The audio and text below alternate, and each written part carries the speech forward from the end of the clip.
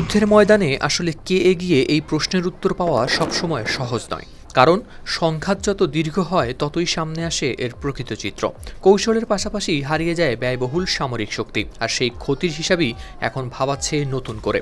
ইরানকে ঘিরে চলমান সংঘাতে এবার সামনে এসেছে তেমনই এক বাস্তবতা, যেখানে যুক্তরাষ্ট্রের কয়েকশো কোটি ডলারের সামরিক সরঞ্জাম ধ্বংস হয়েছে বলে জানিয়েছে গবেষণা প্রতিষ্ঠানগুলো। ওয়াশিংটন ডিসি ভিত্তিক centre for strategic and international studies CSIS এর হিসাব অনুযায়ী ইরানের ক্ষেপণাস্ত্র ও ড্রোন হামলায় এমনকি কিছু ক্ষেত্রে নিজেদের ভুল আক্রমণ সব মিলিয়ে নষ্ট হয়েছে প্রায় 230 থেকে 280 কোটি ডলারের মার্কিন সামরিক সরঞ্জাম। বড় কোনো আন্তর্জাতিক গবেষণা সংস্থার করা এটিই প্রথম বিস্তারিত তালিকা। সংবাদ মাধ্যম আল জাজিরার প্রতিবেদনেও প্রকাশ পেয়েছে এই তথ্য। এই ক্ষয়ক্ষতির মধ্যে রয়েছে উন্নত যুদ্ধবিমান, প্রতিরক্ষা রাডার এবং নজরদারি প্ল্যাটফর্ম। মার্চের শুরুতেই কুয়েতে একটি ফ্রেন্ডলি ফায়ার ঘটনায় ভূপাতিত হয় 3টি F-15 যুদ্ধবিমান।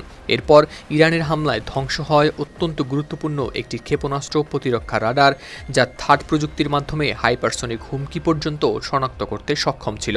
কিছু প্রতিবেদনে বলা হয়েছে দুটি রাডার ধ্বংস হওয়ায় মোট ক্ষতি হয়েছে 48 কোটি 50 লাখ থেকে 97 কোটি ডলার। এদিকে সবচেয়ে আলোচিত ঘটনাগুলোর একটি ঘটে সৌদি আরবের প্রিন্স সুলতান বিমান ঘাঁটিতে। যুক্তরাষ্ট্রের প্রতিরক্ষামন্ত্রী যখন সামরিক সাফল্য নিয়ে বক্তব্য দিচ্ছিলেন, তার 24 ঘন্টার মধ্যেই সেখানে হামলা চালিয়ে ধ্বংস করা হয় প্রায় 70 কোটি ডলার মূল্যের একটি E-3 অ্যাওয়াকাস বা E-7 নজরদারি বিমান। এই বিমানটিকে বলা হয় উড়ন্ত রাডার, যা আকাশযুদ্ধের যুদ্ধ পরিচালনায় রাখে গুরুত্বপূর্ণ ভূমিকা। সমর বিশ্লেষকরা বলছেন এই ক্ষয়ক্ষতির পুরো চিত্র এখনও প্রকাশ পায়নি, কারণ অনেক তথ্য রাজনৈতিক ও সামরিক কারণে গোপন রাখা হচ্ছে। এমনকি স্যাটেলাইট চিত্র সাধারণ মানুষের জন্য বন্ধ করে দেওয়া হয়েছে। ফলে ঠিক কতটা ক্ষতি হয়েছে তা নির্ধারণ করা আরও কঠিন হয়ে পড়েছে।